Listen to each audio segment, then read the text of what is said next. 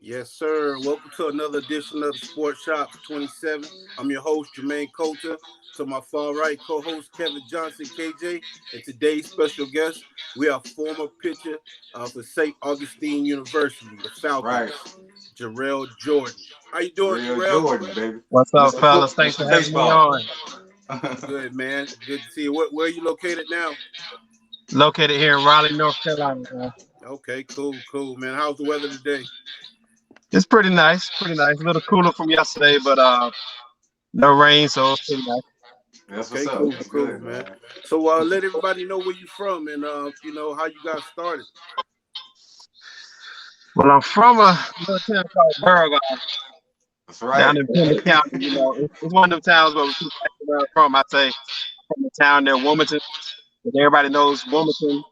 And then when they say, "Well, what's the town?" They say Burgos. They say, "Oh, I know that." Burgos. So, small town, Pender County. Went to Pender High School. From there, like I said, played baseball, played all three sports actually. Baseball, football, basketball, and track. Ended up going to Saint Augustine University, the baseball scholarship. So, graduated in '97 from high school, and from '97 to now, still here in Raleigh. Okay. That's what's So up. what age did you started playing? Oh man, I sent y'all that picture of my T-ball team. That was actually my first year playing. Yeah. And me and KJ was on the same team. Same That team, baby. Yeah. was 5 years old with American Legion, Burgos. Yeah. Cool. That's right. That's what's So up. from 5 years old up until Father Time said it was time to hang him up. Okay. And what Place position him up. did you play? Coming up, it was mainly shortstop and pitcher. Pitcher. Shortstop and pitcher. Okay. And what was your favorite at that time? I would say early on it was shortstop because I like to throw. Oh yeah. I like You to throw throw a little somebody out, distance. man. Yeah. I like to give him a couple steps and then upset them a little bit. Right when that ball hit the mitt, right before they foot hit the base. Just kind of play with them. So yeah, shortstop was probably my favorite position, but pitching was probably my favorite thing to do just because of the thinking aspect of it. Yeah. You had control of the game too. Yes, sir. Yeah. Yeah. I was kind of upset, man, because you never played in the outfield, man. I always have to be out there in the outfield, man. Either pitcher. You know what I'm saying? Well, I'm doing running, man. You be up there chilling. I got to the outfield when I got to Saint Aug. They put me out there. Oh, they did? Oh, okay. All right. That's what's up. Center field? Left field. Our center fielder, Chad Taylor. I wasn't starting over Chad Taylor. Chad Taylor was one of the most fundamental players I ever played with. Greenway, Virginia. Fast, rocket arm. He was a righty like me, but hit lefty. And coming out of Penn High School, one of the only blacks on the team. So I'm the fastest guy on the team. So when I got to Saint Aug, my coach asked me, they actually recruited me to be an outfielder. And he asked me, was you fastest on your team? I told him, yeah, fastest on my team, yeah. He said, well, in order to play in my outfield, you got to be faster than my outfielder. They line up. So all 8 of us lined up, and I finished in 7th place. I said, no, let's do that again. Lined up again. I finished in 7th place. I only beat one place. So he said, hey, that's what you got to have the skill to play in my outfield. So I looked down in the bullpen. I said, Coach, I can pitch too. So I had to get on the field somehow. So it didn't look like I would get in there on the outfield. So I had to tell Coach I could also pitch. So that's kind of how my career got started. And it was crazy because I went from a team with, like I say, 1 or 2 blacks to a team with all black guys. I had never seen that before. HBCU baseball, never. Yeah. So that was a culture shock for me. Hey, Jerrell. So who show you the pitching skills, man? I know you're there. He worked with you a lot on that, man. I used to, sometimes after practice, I used to look over there, man. You and your dad still working at it, man. Throwing curveballs, fastballs, whatever, man. It was, man. My dad would be on Burgos Creek. Sorry about that. I'm in the car. We be on Broadway Creek. You know, he had this rule. I couldn't go in the house until I threw 9 strikes. So that's kind of where my control came from. If I didn't throw 9 strikes, I had to start over every time I threw the ball. You start over with 1. So right, you know, we didn't stay out that long. You know, I learned to throw strikes. Dinner was in there, and I was trying to get inside. So, but yeah, that's kind of how he was the one to work with my pitching. And you know, I throw right, I get left-handed, and people always wonder how I got left-handed. You know, my cousin Anthony Wild was left-handed, and that's who was playing with me when I was younger. So you know, like you do, he hit left-handed, so I hit left-handed, and that's how going on. I hit left-handed the rest of my career. That's what's up, man. So, talk about your recruiting process. What other schools are looking at you before you went to Saint Augustine? I would say the top schools were the top school that was looking at me was North Carolina. And you know, that's kind of for the guys in North Carolina or just for me with HBCU. A&T is kind of the cream of the crop. They're very widely known by a lot of people. You know, I never heard of Saint Augustine. As a matter of fact, when the coaches came to recruit me, I thought it was in Florida. I was in Saint Augustine. Yeah. So I actually signed thinking I was going to Florida. I didn't know it was right here in Raleigh. I was half away. But they came to one of my high school games. My last high school playoff game as my senior year, and I'm the only black in either team. So I see these 2 black guys in the field, and I'm guessing they're to see me. You know, kind of process of elimination. You know? That's who I'm hoping they was there too. And my first time at bat, I struck out. They told me that they realized they watched me when I struck out to see my body language. I jogged back to the dugout, it bothered me. Came up to my next bat, got a single, stole second, stole third, scored. You know, unfazed with that first at bat. They looked at my test score, knew I wouldn't be a problem academically, so that's what I showed them that they wanted me. It wasn't the second at bat; it was the first at bat. That when I came up, I didn't let the first at bat affect my second. So, okay.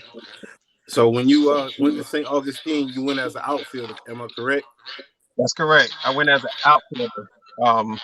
And like I said, I lined up with some outfielders. The boys was fast. I had never seen that like. You know, KJ, you was probably like a step faster than me. You know, I had Frizzell Sidbury. Wasn't too many guys in my age that was, you know, faster than me. I'm running 40. By the time I'm, you know, a senior in high school, I'm smoking then. And I get this sent on, them boys put something on me, man. And it was like, they racing me and was looking back at me while they was running. That's how bad it was. I ain't never seen nothing like that. Yeah. Another level, baby. Yeah. So let's talk about playing against us at Claflin University. And okay. You about to get deep. Okay. You know what I'm saying? Let's get Do y'all remember? Do you remember, man? So you guys had a pretty good lineup. I remember like all 9 players could hit. I mean, there was a couple home runs that game. I can't remember who, but I knew I threw somebody out that game. I don't know if that was you or who it was. It wasn't me. So I can't tell you the exact lineup, but I can tell you who you didn't throw out. It wasn't me now.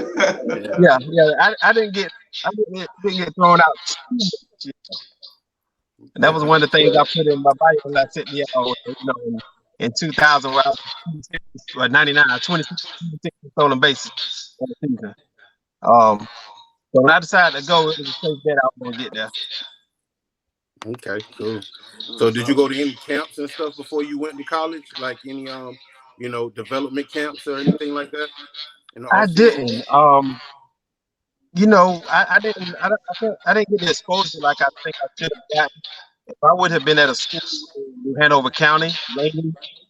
Matter of fact, the only camp I did go to, Laney's coach Monjero. You see the line now, he doesn't have a lot of stuff. But he invited me. The Laney coach invited me to Laney because they had some scouts there and the Mariners there. So that was like the only camp I went to. But I never went to a college recruiting visit where I actually got to play for college coaches or anything. I understand. So can you tell everybody the HBCU experience overall and the athletic experience on the baseball side? On the baseball side, like I say, man, it was 26. We had about 26 on the roster. But it's, you got 25 brothers. You got 20 from the all conference player to the guy that's in the game. We all equals, man. We brothers. We do anything for each other. Mm-hmm. It's just hard to explain. That's just HBCU culture. And at the time, St. Augustine football, so baseball was a big thing on campus. Basketball, all the sports at HBCU support each other. So while we're playing, we got the volleyball team there. We got the golf team there, the tennis team, the basketball. It's different. We got a DJ at the game. It's you go to Virginia State, they got cheerleaders behind the fence. Now, how you supposed to put cheerleaders behind the fence? I mean, it's just a whole different. It's a different ball game, man. At HBCUs. Yeah. But one thing I can say about my HBCU. In 99, KJ can attest to this. In 99, we had a hurricane in Pima County, Hurricane Floyd. Oh, man. And it pretty much wiped our community. When I say wiped it out, the water came up to the freezer inside of people's houses. Wow. Everybody down there lost their home. It took a couple of years and they got back to them. But, when my mom was evacuated by the National Guard, they told her to grab whatever you put in your hand, and she grabbed undercoat, and that was it. So everything that she owned was gone. Car, home, all her clothes she had in her hand from undercoat. At the time, I was at St. Augustine. This was September 1999. My brothers heard this, figured out what happened. I couldn't even contact my mom for like 3-4 days. In 99, we didn't have cell phones like we have now. So I'm having to call up to find her. So I then said, okay, for the rest of the semester, I'm in school playing sports, can't work. My teammates came into me one day, and they called me there. They told me a time, and I got there. Everybody was there, so I thought I was late. But my teammates had taken money, man, so I didn't have to call home the entire semester for $1. Like, my boys took care of me. They bought me clothes, shoes, Tim's, jeans, whatever I needed, man. They took care of me because they didn't want my mom and dad to have to reach out and have to give me anything because they knew what they were, my mom specifically was dealing with. So, you just can't, it's hard to measure that, man. It's hard to measure that. For guys that you just met a year or two ago. Yep. Cool, man. Wow. So who was the teammate that took you under their wing when you first got to St. Augustine? I would say probably Ty Taylor. Ty Taylor was he was a center fielder. He probably talked more junk than anybody on the team. And y'all know that. I mean, we could talk some junk with the best of them. So yeah, for sure. It was fun with the competition. That's what pushed me. I wanted to play, so I knew if I had to play, I had to work hard as child work. I had to work hard as BJ work. That's right. I had to watch these guys, and we pushed each other. That was the competition, man. We pushed each other to be great.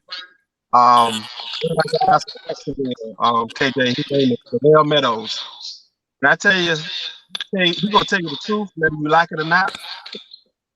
He comes straight with it. But I look back at it now, and I realized it then. It doesn't take long.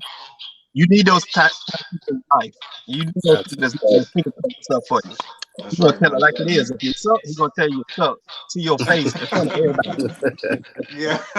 So what you better do is when you get to practice, you better practice and make sure you don't go up there and strike out 3 times. He's gonna tell you about yourself. That's right. Come here, let's go to the corner. Can't nobody hear me. This is why you at back. He's telling you about yourself. He telling you might be at bat here somebody need to turn their scholarship in. And it's coming from your own team. Yeah. So, you know, you can either fold or you can step up to the plate. Be a man. That's what we had to do, man. That's right, man. That's what's up, man. Very competitive. It seemed like he was trying to raise your level of play, man. You know, he just Oh, yeah, to do yeah. good. But you got to get it, because if you don't have a tough skin, man, them boys eat you alive. They know that. When they know they keep you alive, they don't mess with you anymore. Like, they just let you go about the play. But when they know you can take it, they keep dishing it. And it makes you a better man. And there's so many life lessons learned from that, man. When the time you get in the real world, once you dealt with that, you can deal with anything, man. That's right, man. That's right. Yeah. There you go. Hey, I got another question, man. So what was your favorite pitch, man? You know, to throw. My favorite That's the one you can always count on. My favorite pitch was the cutter. It was a cutter, man. I didn't have like a big curveball. My curveball was a pitch that people just foul off, and it get me, you know, extra strike. It wasn't overpowering my fastball, but I could hit a spot all day. So that's why Greg Maddox, one of my, you know, I'm on the corners. I didn't get hit hard often. I got hit hard some, but the whole lineup wouldn't go through hit hard. You know, I learned my lesson. Won't make the same mistake twice. But that cutter, it moves. It looks like a fastball, but it moves just enough where you can't get the fat part of the bat on the ball.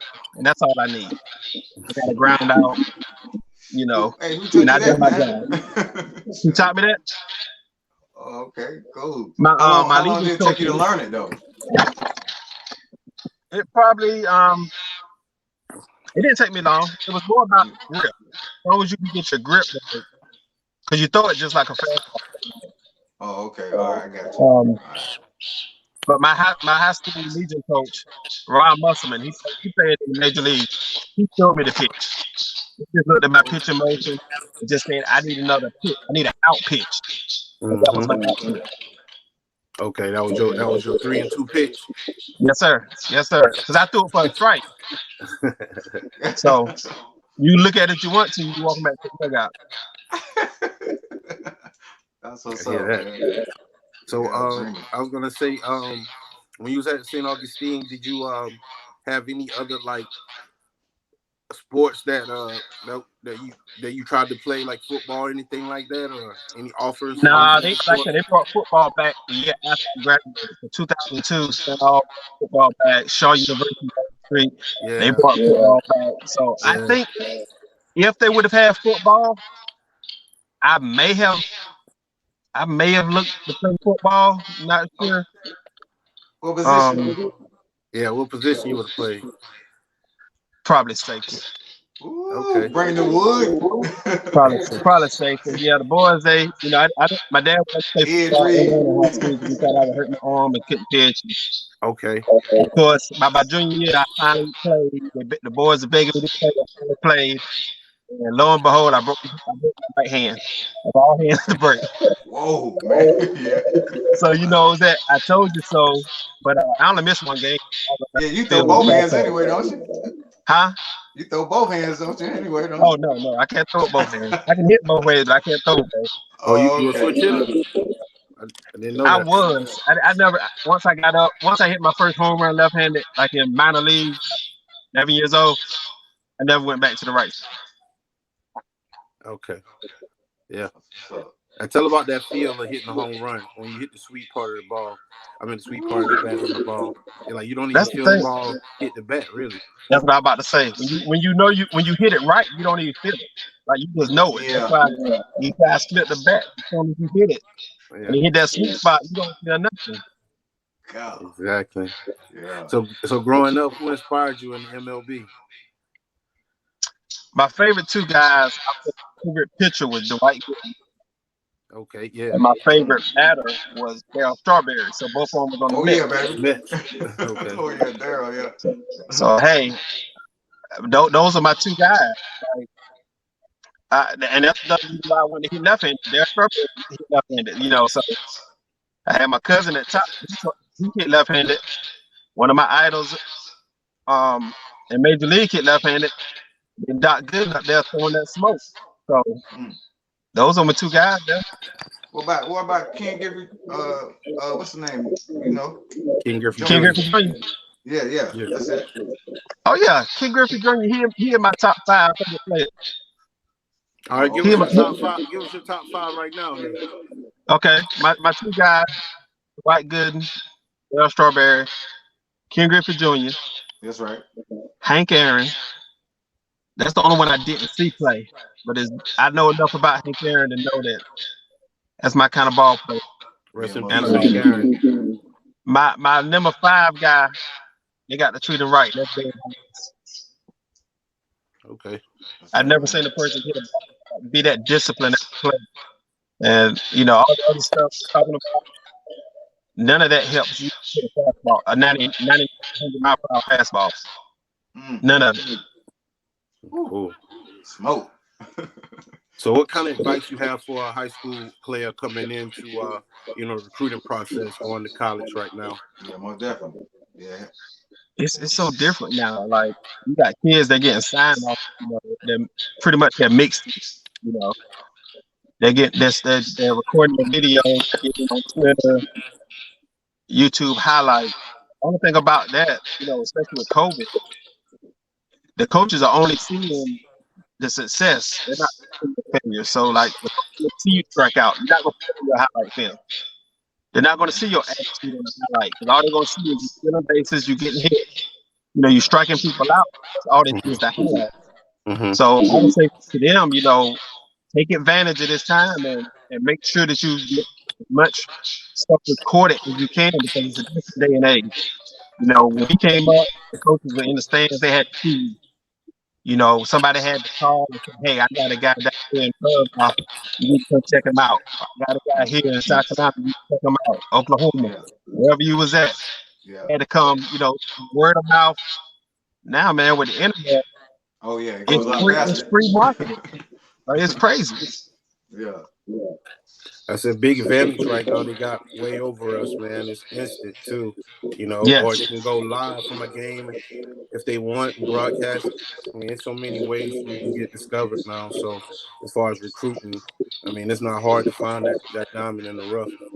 Yeah. Hey, Jerrell, his son doing pretty well, man. I've been checking him out, you know, over the years, man. Hey, he can put it over the fence now.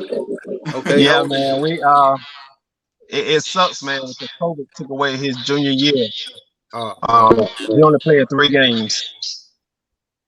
And so now we're coming up in the senior year, and they're only playing a 14-game season.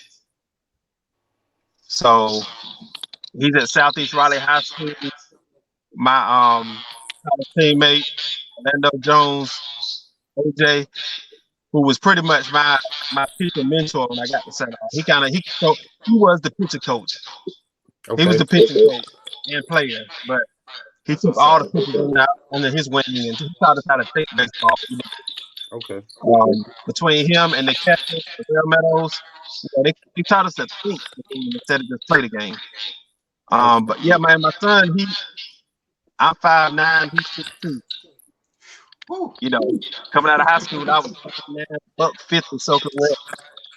He's 6'2", $190. Playing first, third, and pitcher. Okay. But he can play anywhere. He can play first, outfield third, and pitcher. But you know, being a big kid, you always had a big kid. Yeah. So he's kind of always coming up. Is he a switch hitter or right-handed? Nah, he hits right-handed. He's right-handed. Okay. That's what's up, man. So, did you coach any? Yes, from the time he was 5 until he got to high school, I coached in rec league. When he got to high school, he was with my teammates. So I let my teammate have it. Okay. So you know, we still do our private workouts and everything at the batting cage. We go to the field and work out. You know, I wanted somebody else to coach him to hear the same things that I was telling him. I wanted him to hear from somebody else. Mm-hmm. No. So let me ask you this: how was life after Saint Augustine, man? Oh, it was great, man. It's been great. I stayed here right here in the area in Raleigh. For the first about 3 years, I was playing some summer baseball here. Some of the guys that graduated with me. Um, some guys that played at Shaw University. We got a summer team. And we played here in Raleigh. We went down to Wilmington to play in Sebring, the area's Littleton. And we had a good time playing, man. And then, all of a sudden, life happened. And Yeah. Family man. now we have wives, and now we have kids. Yeah. Now I can't make the game this week, or I can't make this. Things get real now. So little by little, we start dropping off, and life started taking over for us, man. We went training for the world. Yeah, most definitely, man. So, what do you miss the most about being around the ballpark? I would say, I don't know, man. Just, gosh, working on the field, man. Just another time crazy. Just smelling the dirt, man. Yeah, that's what getting dirty. Before you got to keep your clothes off when you're coming out. Yep. Drag the field. That's right. Yeah. Yeah, man. Dragging the field. We had to keep it. Little stuff like that, man. You got to take care of your field, because that's your Hey, I see my team with it. The jump talking. Yeah. Yeah. Like I said, man, we talk with the best on, but it's to make you better. And if you don't have a tough skin, you can't survive, man. Yeah. You gotta have tough skin out here, man. Oh man. So let me ask you this: what were your positions in the batting order that year that we played y'all? I'm trying to remember. In the batting order? Yeah. Hold on 1 second. Let me stop things. I'm with the family. I'm gonna get in the back so I can continue on. All right, go ahead, give us a tour, man. Give us a tour. Okay. Give me that paper. So what was the question again? I was like, where were you in the batting order at Saint Augustine? You was lead off, second, third, fourth? Most of the time I hit either second or third. My roommate, for my senior year, my roommate Danny Colter, he was the leadoff batter, and I hit second. Mm-hmm. Before that, and I just had two, like I say, speed demons sitting in front of me. So I had David Cloud from Virginia, Georgia, and then Paul Taylor from Dinwiddie. Them two guys set the table, and I come up, and I was stealing Nate Davis RBIs at the 3-hole. I hit a little slapper in left field, and they had already thrown second, third, so a little slap hit. That's two ribbies right there. So I was stealing all the RBIs from the 4 5 guys. Just keep moving the bag, right? Yeah. We just trading places, man. Yep. So, what do you got going on right now? Let the people know, like, the type of work you do, and Right now, I'm an IT manager for the Department of Public Safety in North Carolina. So I'm the IT manager. Going into my 20th, this makes 20 years for me. Oh man, congratulations. With the department. And then I have a full-time business, which is pretty much full-time since 2012, professional photographer. Okay. So, good work too, man. Good work. Appreciate it. And with that, Greater Raleigh Chamber of Commerce for the CIAA conference. I'm one of their official championship photographers, so I get the CIAA basketball tournament every year. Do it, boy. And some Do other championships as well. There we go. man. So for the people who want to follow those pictures and stuff and the work you do, what's your Instagram account? Instagram is at Jordan Esteem. My last name Jordan and ESTEEM. So Jordan Esteem. Okay. That's Instagram, Twitter, on Facebook, Jordan, or my business page is Jordan Esteem Photography. Cool. Hey, I got something though. And Okay. I know your favorite player is Michael Jordan, man. And I said you got an opportunity to go to Chicago, man, take a picture, man. That was my hey, I used to love Mike, man, growing up, watching him. through the years, and now you got an opportunity to take a picture right at his mansion. That's big, man. Yeah. Yeah. Yeah, and the funny thing was so I found out, now we got the internet, so I found out where he lived at. And we went to the house, and we was at the front gate, talking about the driver's license, and I tipped the little call box and was like, hey, this is Michael's cousin from North Carolina. I'm trying to get in. Yeah, let me get in there, man. And look, I'm sitting there joking around, and then somebody actually replied, thinking, you please back away from the gate. So, oh, wait a minute. That's when I took my driver's license out. I was like, no, for real, this is Jordan from North Carolina. Yeah, But man. they didn't reply back to us. Orlando Jones says, ask him about Isaiah Thomas. Say what now? I said Orlando Jones commented just now on here. He says, ask him about Isaiah Thomas. Yeah. What's up with Isaiah Thomas, man? What's going on? But who now? Say that again? Oh, Orlando. OJ. Yeah. My boy Orlando, he's a Pistons fan, so he had 2 years, but he had a good time. And then 1991 happened, and Isaiah and the Pistons disappeared in 2004. Yeah. Might end their career. Word. Yeah, man. We did. Hey, man, those some dirty players, man. Detroit, man, they play dirty. But I like Isaiah, and I like his style, now, especially his offensive game. But, yeah, I like his style too. They But get dirty, man. Even his own coach, Bobby Knight, says might be the best player he ever seen play. Wow. Yeah. Say that to this day. So you want to give anybody a shout out before we leave, like friends and family, anybody particular, Oh man, I hate to give shout outs and leave people out, so I'm gonna just have to keep it to my immediate family. My wife Ashley. For sure. We've been together. This makes 17 years for us coming up in July. Man, congratulations. Thank you. And together, we have 3 kids. Jaden being the oldest, he's a senior, so he'll be graduating this year. Yeah. We have a freshman, 15-year-old, and then our little one is 10. Malia's in 4th grade. And KJ, my brother, Josh, he's up in Virginia Beach.